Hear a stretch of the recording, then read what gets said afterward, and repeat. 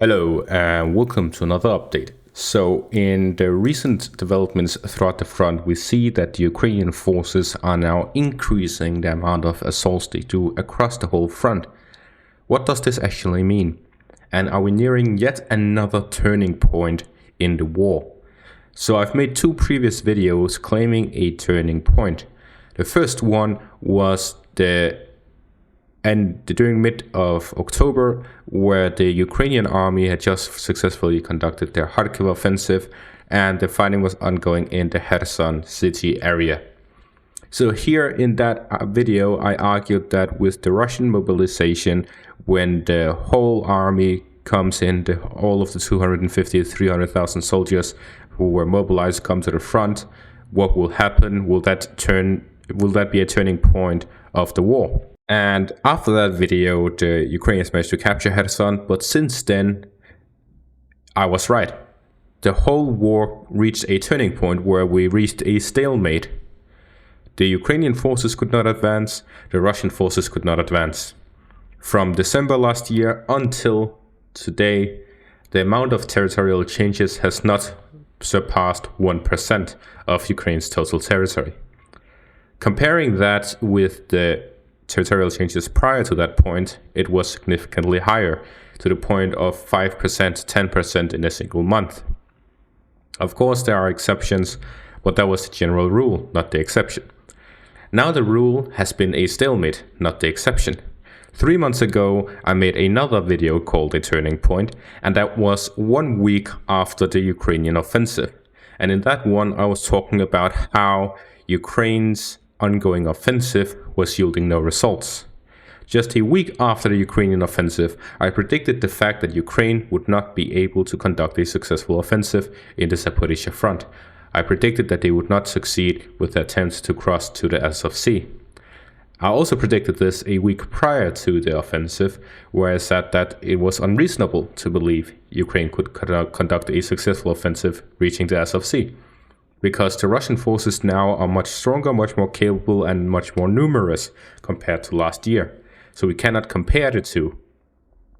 And now I'm reaching the third turning point. And what is this turning point? It is the turning point from which the Russians reached an area where they were able to hold back the Ukrainian forces, stabilize the front until Ukraine gathered enough troops for their second fight.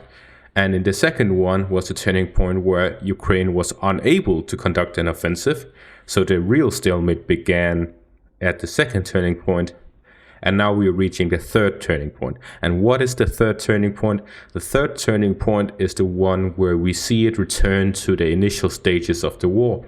This is going to be the point at which in a couple of weeks, in a couple of months, in a couple of, I don't know, but very soon we're reaching the stage where the transformation begins. What is this transformation I'm referring to? In the initial stages of the war, the Ukrainian and our Russian armies were somewhat equal.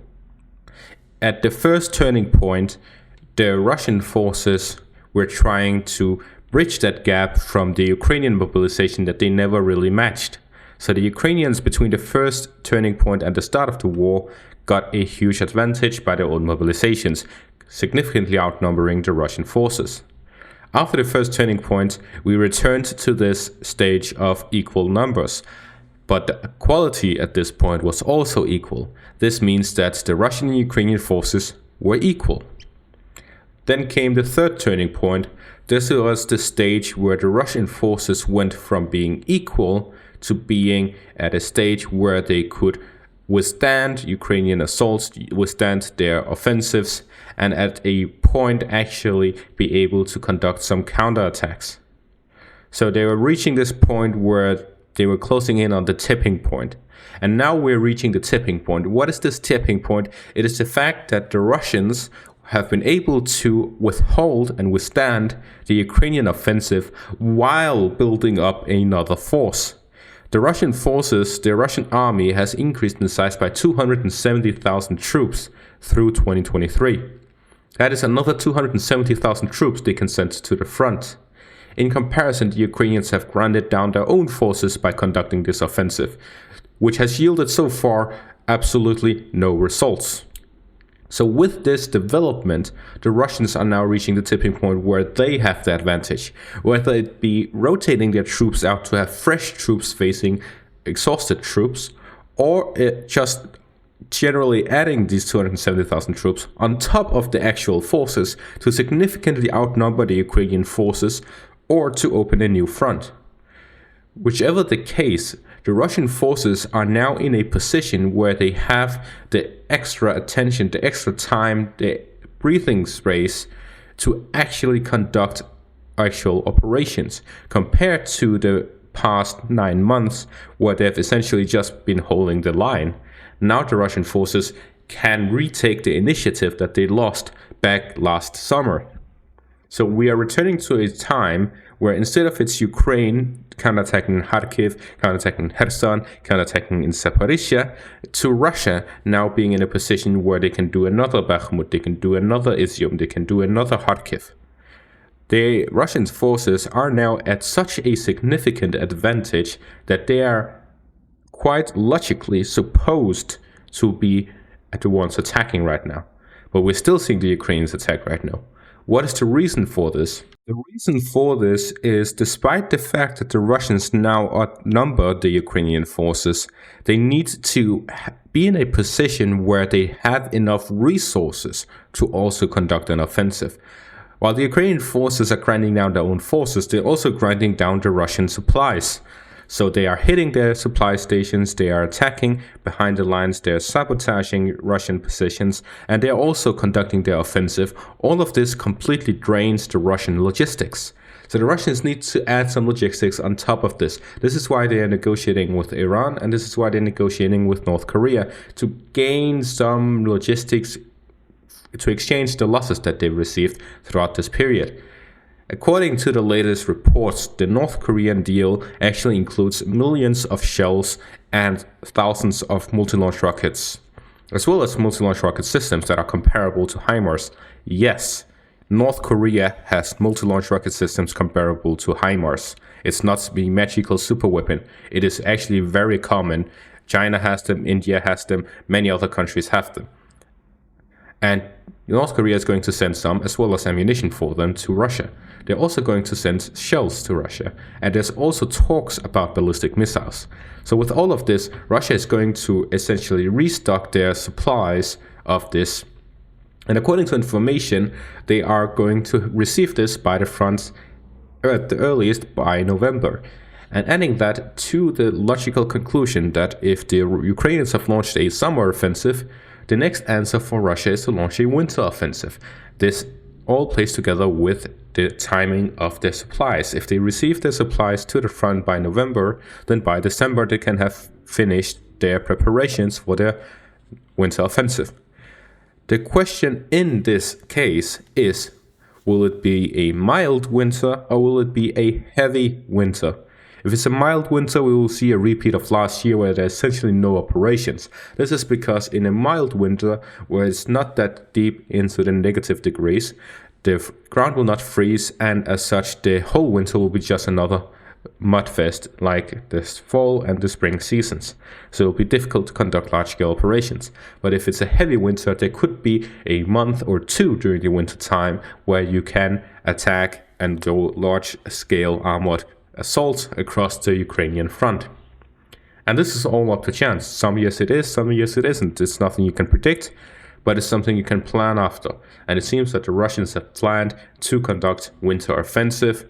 So if the possibility, if the option presents itself, then the Russian forces will most likely take it.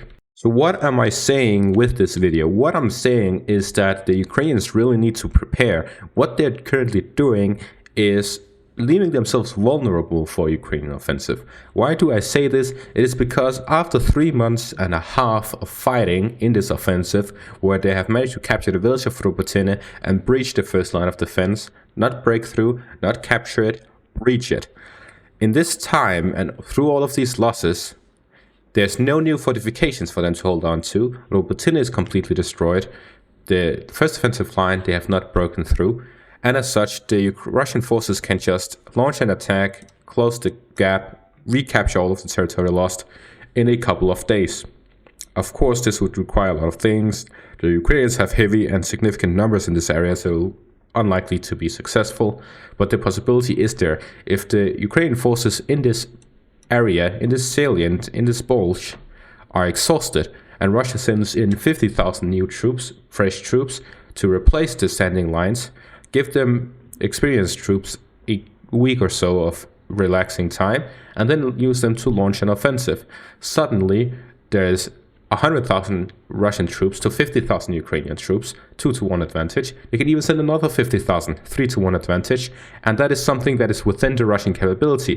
They can have fully supplied and fully trained units in the hundreds of thousands sent to one part of the front.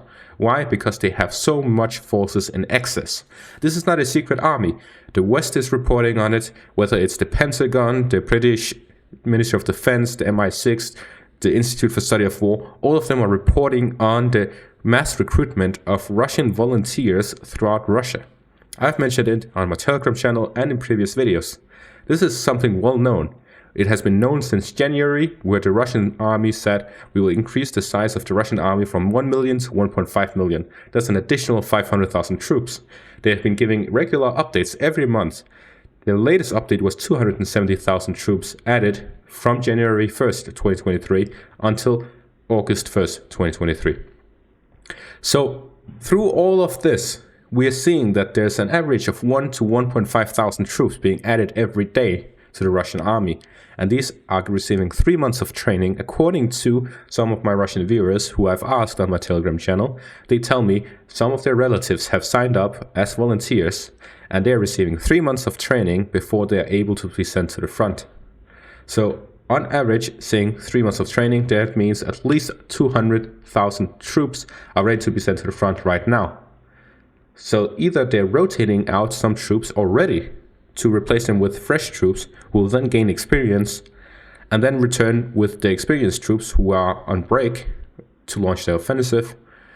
This would make sense, because if they progressively add small parts and small bits of fresh troops across the front, they will bit by bit gain experience and be matching the other soldiers. And the other soldiers would receive much needed break time, be rotated out.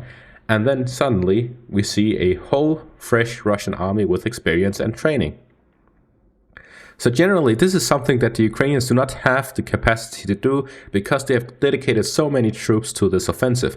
It is a completely fresh army of 150,000 troops. They have been sent to the front and they have not been pulled out.